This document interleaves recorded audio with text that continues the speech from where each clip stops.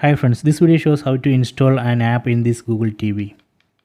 First go to apps, select apps from top, then go down and select search for apps and games. Select it. Then here we need to type the name of the app which we want to install.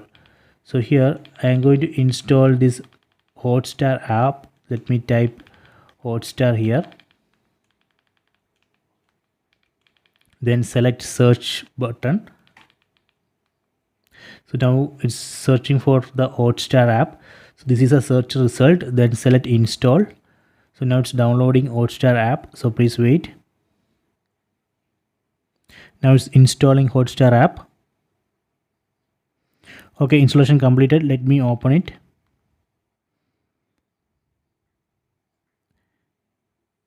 This way we can install any app. Just search for the app and install it. Let me go back to home screen. Then the app which we installed, that Hotstar app, we can find here in your app section. See, from here also we can open that app. If we can also go to for you section, then go to your apps. Here also we can find the newly installed app. From here also we can open it. So this way we can install any app in this Google TV.